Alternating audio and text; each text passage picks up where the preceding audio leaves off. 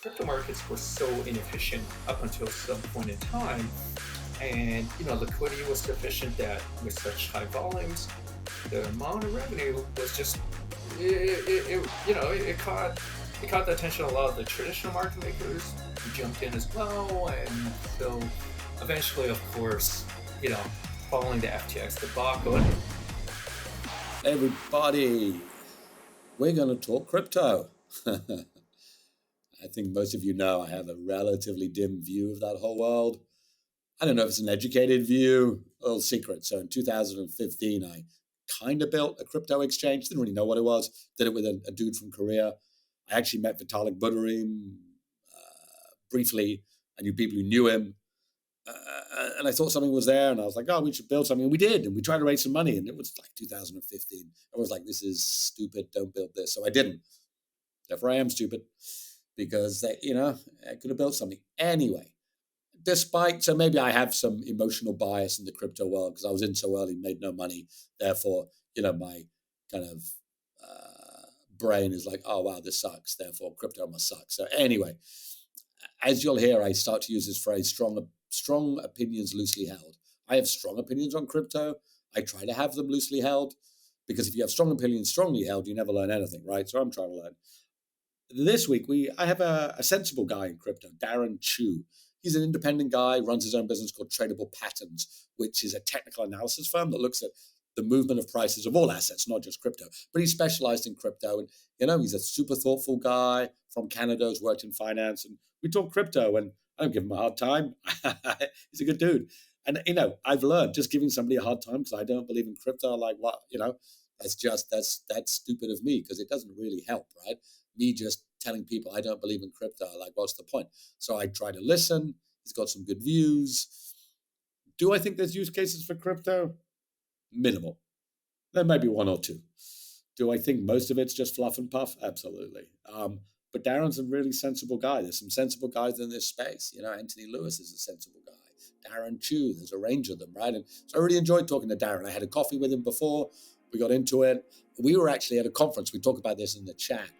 And we know each other from, he lives in Singapore. We know each other. And we were at some conference. And he came over, bounding over, and he's like me, he's an excitable dude. And he's like, oh my God, NFTs are the greatest thing ever. Everyone's going to use them for music. And I was like, absolutely not. And we had this passionate debate with 10 other people looking on as we politely berated each other for our lack of knowledge of each other's subject. And I was like, all right, man, and it was all in good spirit. But I was like, look, we should have a coffee and talk. And he's a super sensible, thoughtful guy. So we got him on the show and talked about crypto, different thoughts about it, use cases, NFTs. I hope you learn. I'm trying to learn. Crypto with Darren Chu. Enjoy. Hey everybody, we're going to talk today about a topic that I've had some strong opinions on, but I heard a phrase from a good friend of mine.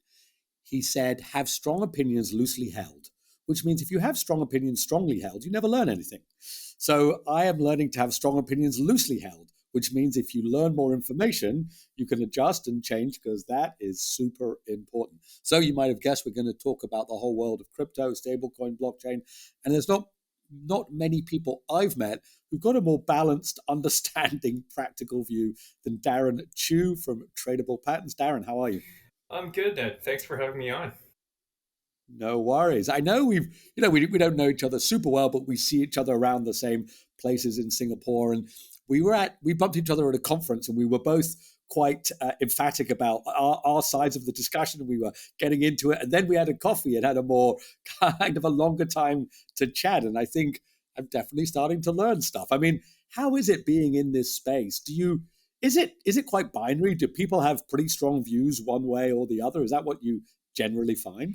Yeah, I think it's kind of like politics in that sense. You have, the left and the right, or Republicans and the Dems, and I think oftentimes people get into this tribal mentality, right? We spoke a little bit about this over coffee, but I think with respect to what's happening in crypto, yeah, I think there obviously is a room for overlapping with it, both camps, or being able to see sort of the nuanced arguments from both sides. I don't think one necessarily has to firmly say, okay, I'm in this camp or in that camp. Um, I think there are plenty of business opportunities that can obviously bridge the TradFi, to the crypto or digital assets world. So I think there are a multitude of ways of approaching not just that question, but the industry and the opportunities that come with it. Yeah, I honestly, I have been learning. I spoke with somebody like yourself, Anthony Lewis. I know other people. There's lots of super bright people really understanding the space. So I am more and more starting to see both sides of it because I think it's important. But before we get into it, Darren, why don't you give just a little brief history because you've been running your own business, Tradable Patterns. It'd be good to hear about that. But so you've been looking at financial markets for a long time. Maybe just a little bit of history and then how you ended up being kind of fascinated or into crypto before we dive into the kind of not today's news, but kind of important stuff in the crypto world today. Sure. Yeah. So I launched Tradable Patterns in 2014. I was coming out of corporate. I used to work for exchanges. ICE was the last place I worked at. And I came into the ICE organization through their acquisition of NYC Life. So I'm actually from the life side, London International Okay. Financial Futures Exchange, where I used to do institutional sales. I used to promote futures options trading to hedge funds, investment banks, commodity trading Yep. houses, and so forth, and it was a cross asset row. I knew nothing about crypto. I do recall a very distinctive conversation, though, back probably around 2011 from a former colleague of mine who was absolutely adamant that I look into Bitcoin. And at the time, it was definitely less than 100 US dollars. I can't recall exactly how much, but I was I'll just say I was a bit closed minded. I think perhaps whatever media coverage I had come across up until that point in time, between 2010 and 11, probably had portrayed Bitcoin or crypto, broadly speaking, fairly negatively. There was Yep. all that referencing to Silk Road or whatever it's called. And Yep. I gave it a brief look. I looked at the charts and it looked a little too parabolic on some of the moves. And keeping in mind, we're talking about sub $100 price ranges. But Yep. if you're, to compare what it was doing, say 2 years prior to that, then obviously it would have already had a big move or perhaps a couple down moves as well. But I was scared because the volatility seemed way too much for even someone as risk tolerant as myself. So, so it really wasn't until I started Turbo Patterns, which began as a TradFi futures technical analysis newsletter. That at some point in that journey, 2000, I believe it was 2018 August, that I was asked by one of the exchanges regulated in Japan at the time to write for them, but Okay. basically to provide them the technical analysis format that my TradFi newsletter coverage was known for. So that was the beginning of my journey. Because I had to write about those markets, I had to start watching Yep. them a little closer. And I guess as time went, my readership, specifically for the crypto weekly piece, grew.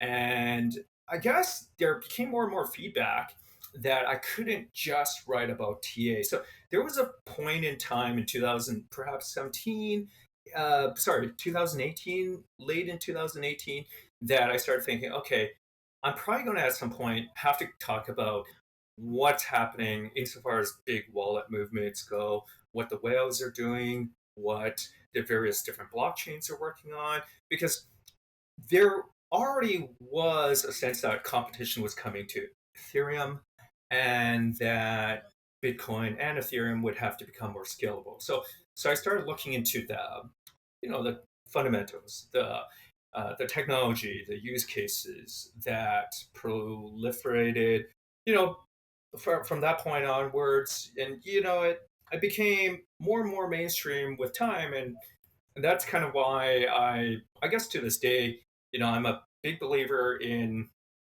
a subset of the opportunities that are presenting themselves. Obviously, there are there's a lot of riffraff out there, and I guess both you and the I, crypto we markets was talk so extensively inefficient up who until some of those some bad point in actors are, time, but and I also liquidity was try not sufficient to that with such high get too volumes, bogged down with the some amount of of the revenue overly was religious just arguments, where I caught feel, it caught the even attention of within a lot of the NFTs as a traditional market category, and makers we can go into jumped in that as well, as a and sort of so subset eventually of crypto course, technologies in a following little the bit. FTX But I debacle. do think there are great use cases as seen by the adoption that that we're reading more and more about almost on a daily basis, from some of the traditional players, not just within finance, but within retail or logistics and so forth. And look, Darren, it's kind of honestly, it's what, despite my, I don't know why, but my overall skepticism, people like yourself and other people who are clearly smart spend a lot of time in it. If there was absolutely nothing there, you wouldn't be there, right? You're not delusional, right? Like if there was truly nothing there. And so this is where I'm starting to, I suppose, realize to a degree, despite all of that, is that like a lot of things, there is always some use case. There's always something there. But maybe to ask you through your journey, so you've been in this a long time, what is the core of it that has kept your, I'm going to say belief, but your focus on it? Is it simply that there is a market for it? Because clearly, you know, there is no more volatile asset than crypto. That is, and if you're doing TA, technical analysis, volatility is something that, I suppose to a degree, you can analyze more and more. Mm-hmm. So what is it from your point of view? Is it that you genuinely believe that there are,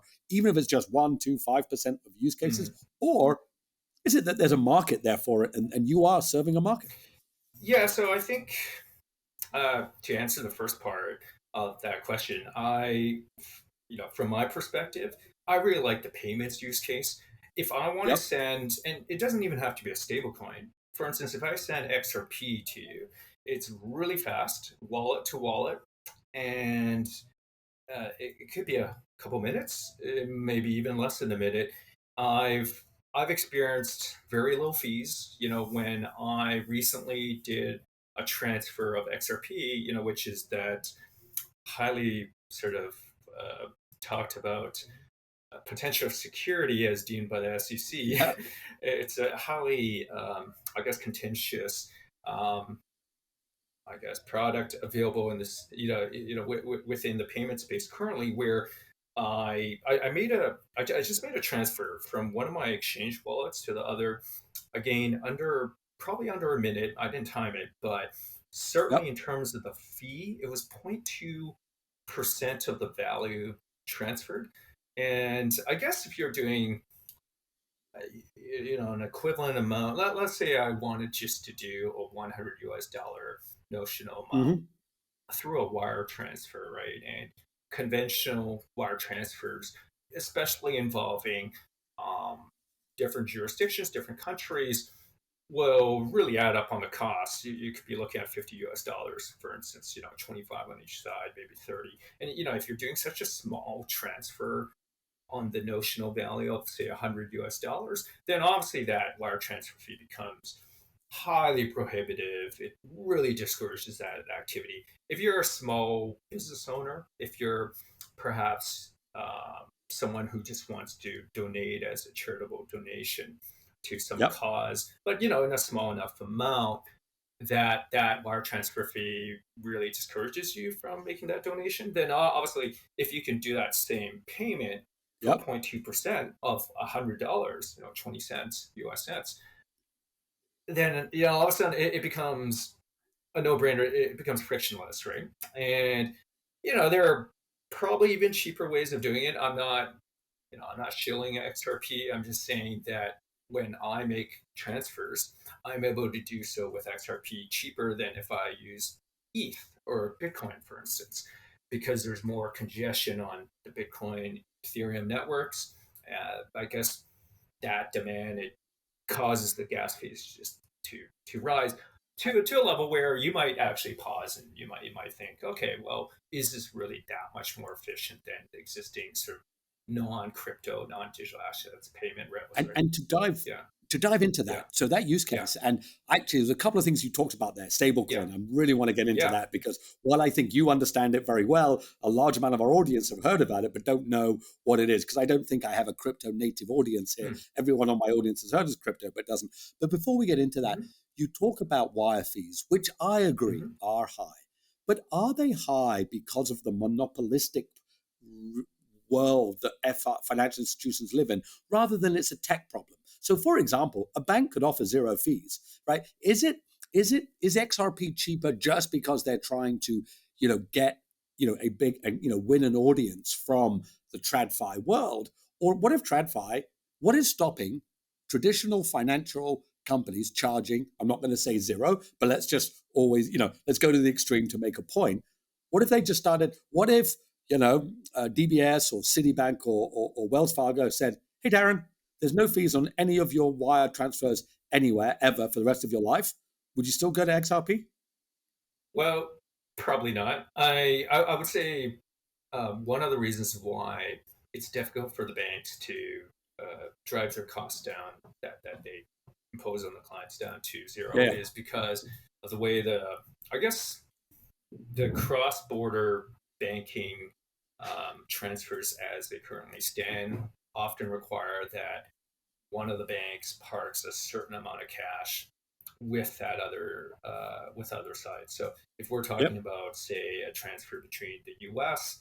and the Philippines, right, and it could go the other way, but basically one of the banks, in order to receive, I mean, us just say the U.S. bank, Citibank, has a branch in the Philippines, and that branch in the Philippines wants to, on behalf of some of its clients, receive that U.S. dollar transfer into that branch. Citibank would have to have some well, you just think of it as collateral, or Yep. deposit, but they basically need to tie up some capital on the Philippine side in order for the Philippine branch to see a credit, appear within the savings of the recipient account. And so, anyways, it just ends up tying up a lot more capital than what a company like Ripple, for instance, proposes. But I think if we just maybe get away from talking about Ripple, for instance, because I'm Yep. not, I don't work for them. I don't need, Yeah. I might misrepresent sort of how their architecture is by accident, but I think with stablecoins, if we're just talking Yep. about, let's just go back to, say, Circle, or even the highly talked about BUSD, Yep. Binance USD coin, and let's look at how that works, right? So Yes. I, And start, yeah, Darren, if I may yeah, jump in, let's start right at the beginning of yeah, stablecoin because, again, this is one area when I talk with people mm-hmm, about crypto, mm-hmm, this stablecoin use mm-hmm, case is always referred to me as probably one of the best use cases. mm, So let's assume I know nothing, yeah, which generally is quite true about life. I'm making it up as I go along, as a lot of us do. Really, let's I would love to understand stablecoin because I think it will then take us to where we are today, as you yeah, mentioned, Binance, yeah, Paxos, the yeah, regulators, all of this. So maybe just give us, what is stablecoin, sure, how does it sure. work? I'd love to dig into it. Yeah, I think one of the reasons why stablecoins emerged was, you know, perhaps 5 years or so back, there was a realization, by more and more traders of crypto, that in order for them to on ramp into the crypto ecosystem, that they would have to, first go through stablecoins like Tether, which had the lion's share of the market share, back 5 years ago when I first started becoming aware of stablecoins. And, Circle has since kind of closed the gap quite dramatically, particularly in the States, where it's got the blessing of the regulators, just by being more transparent, by having its reserves audited by one of the reputable audit firms. Whereas with the Tether, which has been issued by a company called Bitfinex, I guess the whatever audit um, that they claim that has been done, it just hasn't been by a recognizable name in the minds of most, and it hasn't been with the transparency that you would normally expect from We proper. Yeah, like I certainly, and and well, let's carry on the Yeah. stablecoin, but this has been a challenge for the industry, right? Like, Yes. what is the phrase? A audit, right? Yeah. Which is the faux audit. Yeah. There has, but this is one area where I maybe am a bit more forgiving. Mm, It must be really hard to audit a new industry because there's no correct. benchmarks to do it. I'm not Correct. saying the audit was great, Yeah. but to your point, Mhm. trust is what's needed. Yes. So Yes. so stable coins. So okay, so we've had Tether, we had BUSD, Circle, these other guys doing it. So Yeah. and again, sorry if I interrupted. Oh, no, not The at all. use case Hmm. the use case is it is a digital US dollar. Yeah. Is that as simply put as it can be? Yeah, well, insofar as the US dollar backed stablecoins. So if the stablecoins were issued with a one-to-one backing by a US dollar equivalent instrument, generally a money market instrument, it could be US treasuries. In the case of Bitfinex, there were holdings in commercial paper at some point, which they have claimed to have trimmed down dramatically. So I'm not sure what percentage of their total Yep, reserves were in commercial paper, which obviously meant that they're earning the spread between the higher yielding commercial paper versus understood.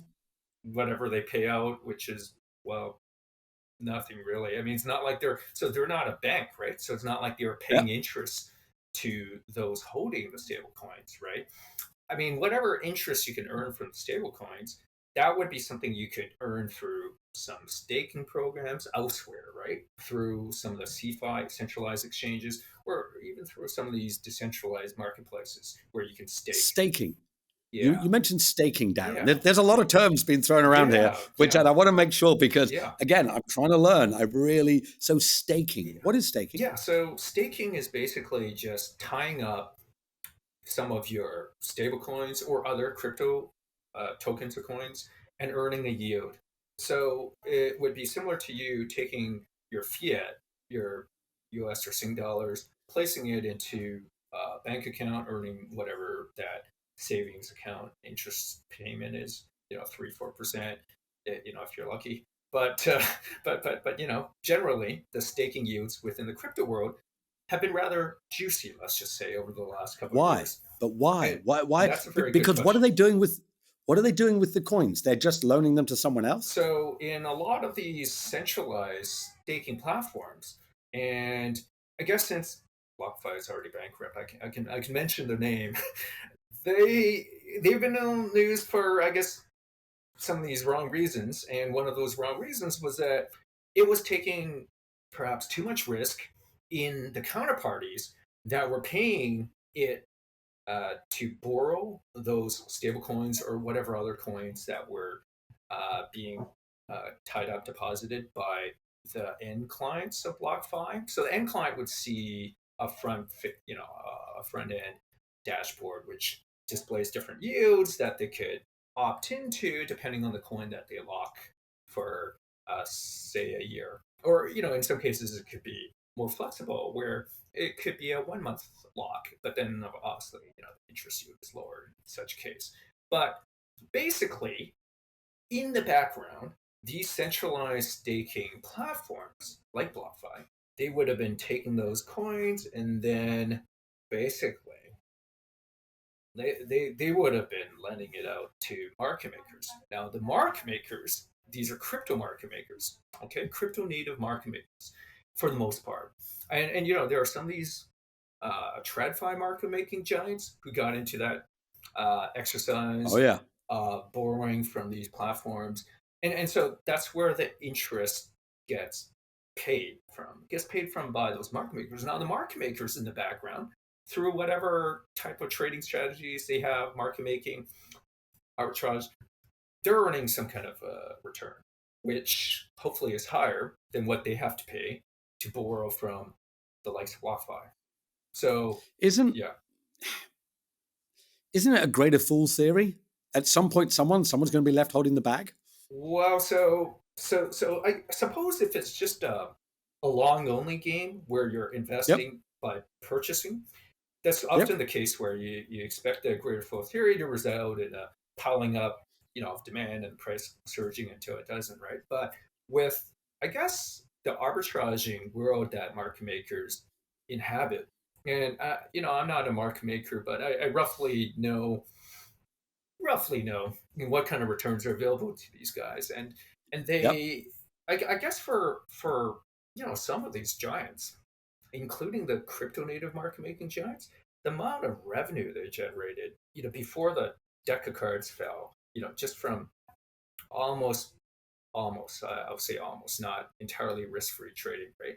Like it was just very hard to imagine, for commoners like me, who haven't market made. But I guess the crypto markets were so inefficient up until some point in time, and liquidity was sufficient that with such high volumes, the amount of revenue was just it caught the attention of a lot of the traditional market makers who jumped in as well, and so eventually, of course, following the FTX debacle, and even before that with Three Arrows, as soon as the whole Terra situation happened, earlier last year around May, I think a lot of those market makers started seeing their revenue pie just dwindle because trading volumes fell. There was a lot more collateral that had to be posted, for loans and so forth, and yeah, so that profitability has really come back to earth. Come back, maybe come back to reality. Yeah, But out of the embers, yeah, look, I think anybody who's looked at this space, you've yeah, been in it a long time, and I think you've always taken a fairly sensible, pragmatic view. There is opportunities in here, right, to be able, but there's also a lot of, you know, just it's a technical word, but a lot of crap going yeah, on, right? Once Terra, then Three Arrows, and FTX, and BlockFi, and Celsius, and Voyager, do it, quite often that's healthy, yeah, right? Quite often burning down the house, yeah, not burning down the house, but burning down the wobbly infrastructure yeah, leaves a core. yes. Do you think at its core what we've got now, or because I think in one of the emails you sent me Mm. before, you believe we're nearer a bottom of this? And again, I'm not asking you to give financial advice here, but you're a guy that's looked at this. Are we getting to a place where we've cleaned up the house enough that what we've got at a core is a sensible base? Let's say we look over the next 10, 20, 30, 40, 50 years. Nobody, not trying to make quick money, real tech, solving real problems. Are we there yet, or do we still have some cleanup to do? I think irrespective of whether there are additional skeletons in the closet, I do feel from sort of a price perspective, we are in the process of forming a major bottom. Now, I mentioned this when we had coffee, and Yes. I still feel the same way. Uh, a bottom, as in a major bottom, after a vicious bear market like what we've witnessed, isn't formed overnight or in 1 month or even in 3 months. I do think that rather than seeing a V-shaped bottom, this is going to be a prolonged sort of roundish bottom formation, which I think would be healthy for market participants. And it's good that we've seen a lot of the bad actors flushed out. There undoubtedly are still many, but I do think that there's enough good work being done. A lot of the scaling solutions that are being introduced by the competitors to Ethereum, for instance, other Yep. so-called layer one blockchains are quite interesting to keep an eye on. I I realize that I don't have a technical understanding of all the nuances that distinguish one layer one blockchain from the other. I mean, they all kind of. I mean, most of them all claim to be the fastest or the lowest fee, Yeah, yeah, and yeah, and yeah. there's the theoretical transactions per second versus what is feasible in real life and under live market conditions. I do think that irrespective of uh, whether it's sometime this year that the bear market is finally over, or whether we're already done the bear market. I think the more important question is, okay, so what are those genuine use cases, and are they going to be as groundbreaking as what a lot of I guess the preachers out there have suggested. So I would say that apart from payments, earlier I touched on NFTs, and I guess a lot of the times when people talk about or hear the term NFTs, they automatically dismiss the entire category as just being the equivalent of some JPEG or PNG file, Yeah, right? yeah, Of some gorilla. And I do think that, there's obviously been a lot of froth in that particular segment of NFTs, which was kind of the low hanging fruit of adoption. yep, I At least initially, right? And it's great to see that most of that has kind of again been flushed out. But I do think that sort of behind that initial wave, you have all these other interesting NFT use cases involving patents or digital rights management for for music for MP3s. yep, And so, look, I'm all for starving artists no longer being starving. I do yeah, think they should be paid accordingly to their talents. And it's been hard for a lot of them to be discovered. And think of NFTs as because of the way they can be fractionalized as well on certain platforms. There's a way for these artists to reach out to reward their fans. NFTs are often described as a great tool for fan engagement, and so it's not just a matter of showering the fans with free NFTs or fractions of them.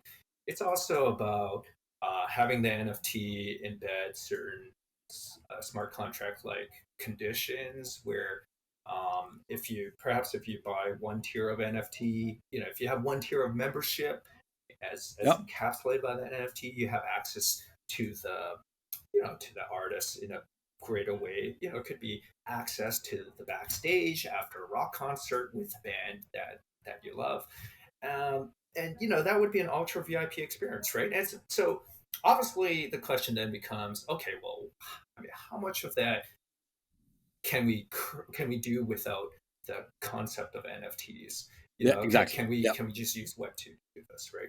And I yep, and I think one of the interesting things about the NFT application, or let's just say blockchain broadly speaking, which gets repeated all the time in the media, is that you have something that's immutable, it's on the ledger, and there's transparency, you can see who's on it, et cetera, et cetera. So I guess if you wanted to, as an artist, if you wanted to be sure that your music wasn't being unlocked or let's just yep, say accessed without payment, then perhaps this would present an additional way of doing it. I say additional because obviously if you're trying to access a music feed through Spotify, as a paid member, there are ways to get around the, let's just say, member access or paid member access just by using somebody else's account. If you have that person's username, password. So how much easier or harder is that to do if you weren't a paying user of some music service that was based off blockchain? Or and I'm not up to speed, I'll admit, on the latest in digital rights management and sort of how that interplays with the blockchain. I just know that a lot of music companies are exploring that in a very big way, and so are all the artists, right? Because which artist would yep. not want a bigger slice of the revenue pie? And there's Yeah, look. I think it's I know we talked about that when we yeah, bumped into each other at that conference yeah, about the music, and I think look, there obviously remember Napster yeah, when Napster first came out, yeah, and they were like, we're going to share music for free and everything. And it was like, what? You can't do this, right? It was yeah. like just such a big change. And I think at the time it just seemed ridiculous that that Yes. might happen. And, Yeah. far be it from me or anyone to say, well, that's not the way. Mm. Look, in general, I think as I listen to it, I'm sure there are use cases. I think the overwhelming amount of, kind of contrived use cases, so NFT maybe not as bad as the ICO phase. Like Yeah. the ICO phase was clearly as Yeah.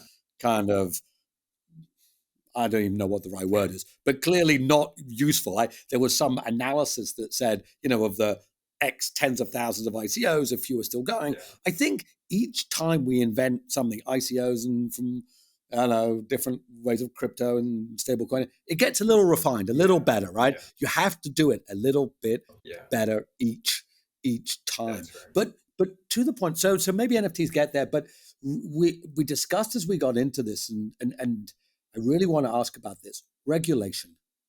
We see now, so I think less in NFTs because to a degree, and again, I don't know the regulation in NFTs, how important, like we were just talking with, Binance, stablecoin, with the SEC regulators.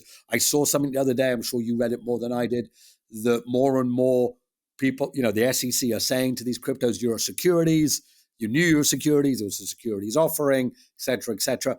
But surely regulation's a good thing, right? Surely, if you're a real crypto coin, stablecoin provider, you want regulation. Like I've been in regulated business a long time. Is it a pain to be regulated? Absolutely, it's a pain. But it's the only way to get trust, right? It's the only way forward. Maybe I'd love to hear your kind of up-to-date current views because I think the SEC and is going to have a big part to play here. And I actually, I don't know if you saw this. No, I want to bring up lawyers' fees because I don't know if you saw in the CoinDesk article that a lawyer charged $7.5 million Yeah, in 19 days yeah. to unravel FTX, FTX. yeah, But unreal. maybe exactly regulations. Yeah. What's what's the what's the future holding us with regulations in this space? Well, I do think that the regulations are necessary in order for the industry to progress onto greater, more widespread adoption, in order to get the institutions involved. I mean, if some pension fund has 100 million US dollars waiting to invest into something with crypto exposure, it's going to want to know that there are some regulatory protections in place. I think that with the FTX debacle, obviously, it provides regulators, the SEC or whoever else, a very convenient. And I'm not saying that it was somehow manipulated necessarily to further these regulatory ends, but I do think that it provides a great opportunity to come in with some additional protections, which and clarity is not just about protections, but I Yeah, think big question mark that's been overhanging companies like, I'll bring up Ripple again, just because they've been in the news a lot for this. Uh, their lawyers and their CEO are constantly railing against how the SEC just needs to give more clarity on what is permissible in the U.S. and what's not, right? And I guess it's that big question mark which has kept a lot of players operating out of the states um, very challenged in expansion plans, and so a lot of those companies have kind of been squeezed out into Asia or elsewhere, right, where it is defined a little more clearly. Um, with respect to stablecoins, for instance, the latest, I'll call it I'll call it an attack, the latest attack on okay, BUSD or on Paxos.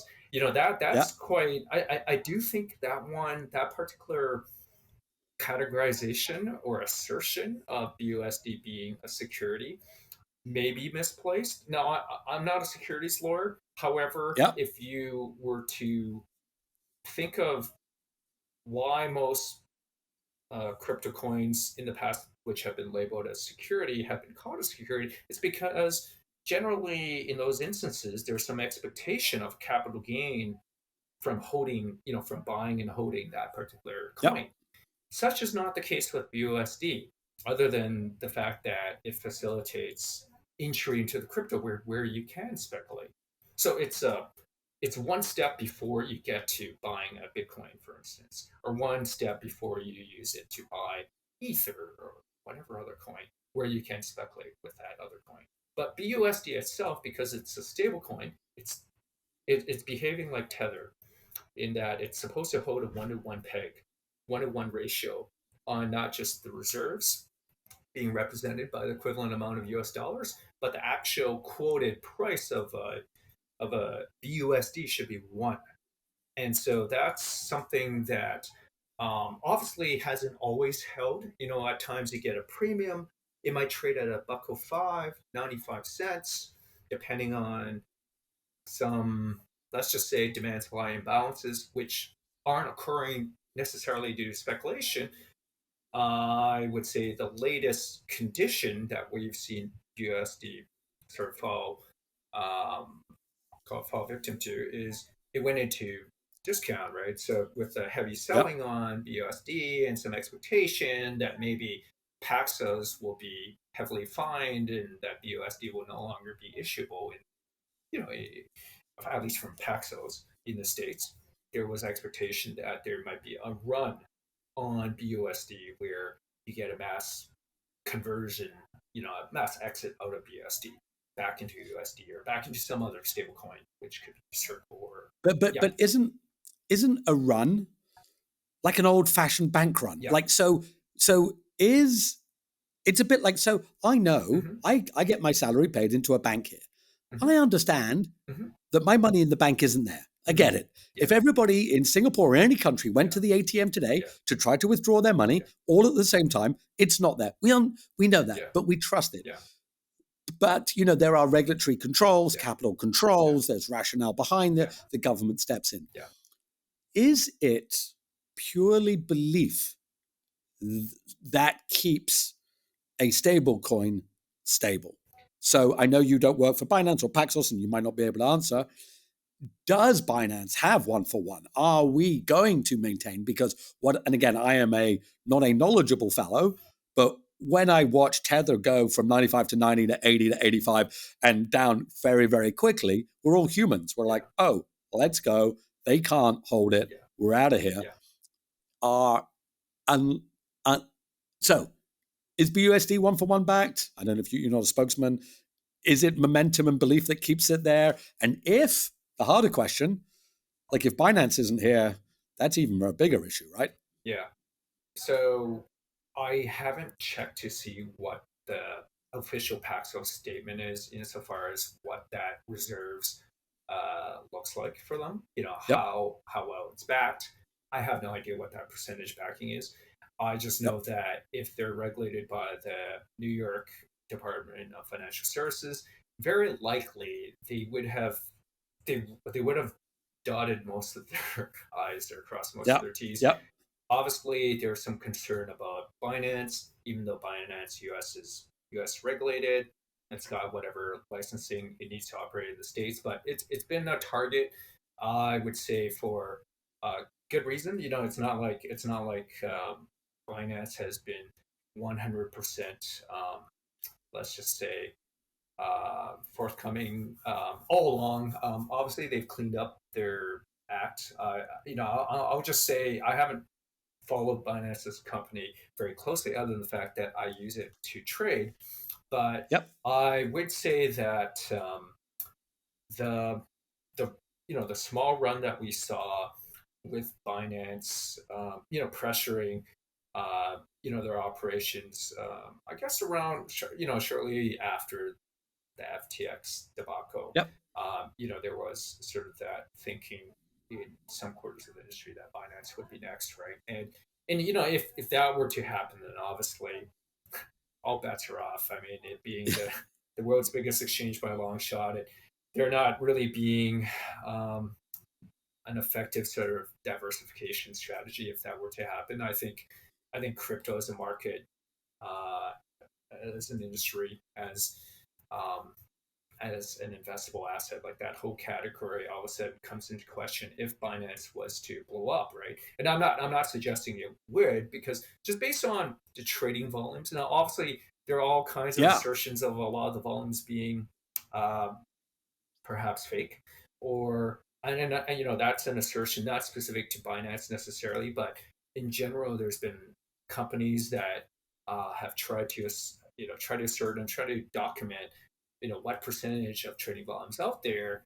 might actually be inflated fake volumes, and there are different definitions as to what's real, right? I mean, if one were to be understanding of what market makers do. I think sometimes some of those volumes might not be so easily dismissed. And again, I'm not a market maker, so I can't comment, on what degree of their activity constitutes real activity. That's an endless debate, I guess. That in TradFi you have more, the HFTs having versus Yep. the real money buy sides. And I think in crypto, that debate is perhaps um, less present just because I think more people in the crypto industry, or at least those who trade in the crypto industry, they're more accepting of the fact that market makers have that vital role to play. And so, anyways, I just don't know. Um, I'm no data analyst. I can't Yeah, speak yeah. like somebody at Nansen or one of these guys at Yep. CryptoQuant. These websites basically sell analytics on microstructure type indications, and I can't comment on that. But just dialing it back a little bit to the regulatory question. Yeah, I do think with some clarity, I think there will be some increased confidence from those who might be sort of on the sidelines. There are a lot of TradFi players, and not just TradFi, right? There are traditional Fortune 500 companies in retail, e-commerce, etc. I mean, looking within the crypto space, right? I mean, there's And do you yeah. think do you think these Fortune 500 are looking because they're scared to miss out, or are they really looking? I think companies like Amazon are really lucky. So Okay. Amazon could easily roll out. I mean, if they had regulatory green lighting in the states or wherever they operate, which is almost everywhere, that they can introduce some token of their own, Yep. where those who shop on the Amazon site pay with the token and get a discount for using their token. Yeah, all of a sudden there'd be so much legitimization of the asset class. I I suppose they're treading carefully, but look, Amazon's not the first retail giant to take a close look at this, right? I mean, Walmart has a Walmart coin in development, right?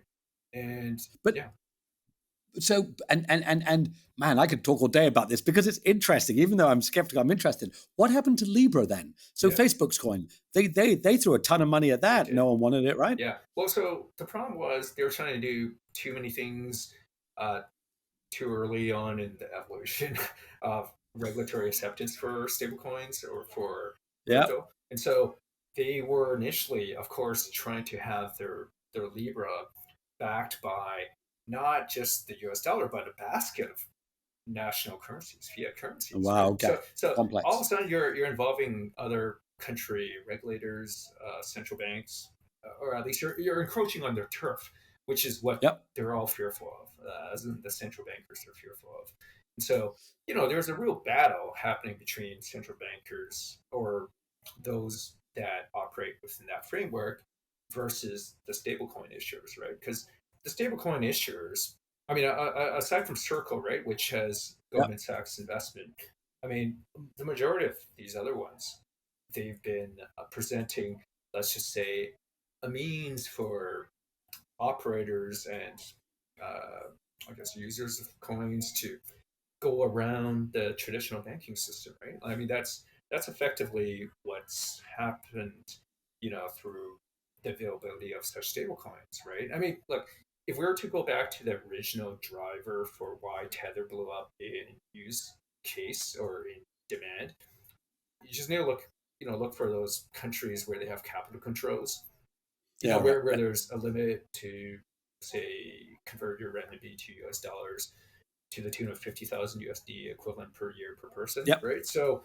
if you were caught in that kind of limitation and you were worried about, well, let's just say, Winnie perhaps clamping down on, the tech company that you operate, that you built, with blood, sweat, and tears, you will find, or you'll try to find a way to allow some of that diversification of your capital to occur, right? So a lot of that's been happening with Tether. It basically Yep. goes from renminbi through OTC brokers, or for a while, of course, it was legally fine in China to do these conversions, and at some point, it got squeezed into the sort of murkier world, and so a lot of that still happens peer to peer, right? And those peer to peer transactions, they're hard to stamp out, right? I mean, you can have all the keyword search filters you want in the Great Wall of China, Great World, yeah, Great Wall, and it Yep. ends up being, I guess, a whack a mole type exercise, right? Um, so that's kind of the reality that's set in for a lot of these users who are frustrated with you could call it political control, capital Yeah. controls. Those two are kind of related sometimes, and yeah, so I think that's been driving a large adoption, onto into the crypto world, right? Like it's not necessarily, of course, always going to end up in a Bitcoin or some other cryptocurrency. It might just remain within the confines of a stablecoin, where the stablecoin just acts as that medium of transfer out of the country, right? Outside the borders. That's So makes sense. yeah, I mean, look, Darren, we're coming up on the hour. yeah, I could sit and talk about this because I'm learning, right? And I think the reality, it would it be as we come to, would it be fair to summarize at some level, it's here to stay. We don't know what that level is, whether it's 0.1% or 10%. It's not 100%, but it's not zero. At some level, did whatever we want to call it, digital assets, crypto, blockchain, whatever moniker, whatever name, but to a degree, it's here to stay. Is it? Would that be a correct summary? yeah. Look, it's going to be similar as we've heard and read, a lot in the media to what we witnessed post.com boom and bust. I do think Yep. that there will be some survivors that will become the next unicorns. I mean, a lot of these crypto companies already have been unicorns. Some lost that Yep. title recently, but I do think that that's a sign of the kind of cycles that we see in any industry, but particularly in tech. I think we could save this. There's another kind of related topic that we could save for another time, which is whether crypto, broadly speaking, is as groundbreaking as what we saw coming out of the .com boom and bust, Yeah. right? Right. It's a great Yeah, question. I think that's a very, very important question. But I think why don't we do yeah, this? Actually, that's I would love to dig into that part of it, yeah, but I know we put an hour aside away today, yeah, so I look, Darren. Thank you so much. How do people contact you? They can go to Tradable Patterns or LinkedIn. What's the best way to yeah. contact you? Either or. I mean, Darren Chu, DARENCHU, and Tradable Patterns is just the US spelling of tradable, TRADABLE, patterns with an S.com. And yeah, I have some free content there. So yeah, please do drop me a line, guys. If anyone has any questions, if anybody wants to have a similar kind of discussion, it could be a more contentious discussion. Very happy to do a little bit of verbal sparring. But yeah, Absolutely. thanks for having me, Ned. It was a true No, pleasure. no problem at all. Well, Darren, before we let you go, we always ask two completely random questions because we're short on time. They're not too random. I use them quite often, but I'm going to go with them. Okay. First question. You've seen Back to the Future, of course. You're Marty McFly. You're about to get into the DeLorean. We can set the flux capacitor to any year you like in the past or the future. What year do you choose and why? Okay, in the future, I'd like to go to 2050, Okay. and I guess the reason why I'd like to go into the year 2050, so it's roughly a little more than 25 years from now. So I guess I'm just curious where all my loved ones, everyone I care for, should still be around, and I sort of want to see how everyone's doing, but I also want to see how technology has progressed. How humanity has progressed. What have we learned from all these lessons which are before us, and oftentimes history repeats itself to some degree, it rhymes or whatever. But my sort of idealistic self is that we will come out of whatever recent traumas with just a better outlook on life, and a more ideal sort of set of aspirations. So that's my future date. As for a past date, I don't really want to go into the past, other than maybe back to honestly, maybe back to my high school years, my elementary school years. Those were some of the best years of my life, and I mean it's got nothing to do with business or anything. It's just I had a great time as a kid. So maybe that's what I would do. Fair Yeah. enough. That is cool. And Yeah. okay, one other question, Yeah. then we'll jump. If Elon gave you a ticket to Mars on his spaceship, would you take it? I would not. I fear it's going to be a one-way ticket. I don't have enough confidence yet on his bold predictions on being able to reach Mars by 5 years from now or whatever it's come down to. I think a lot of that is obviously talking up one's book is great sometimes, but Sure, within the sure. confines of what's acceptable regulatory wise. But I do think it's dangerous to set such ambitious engineering goals.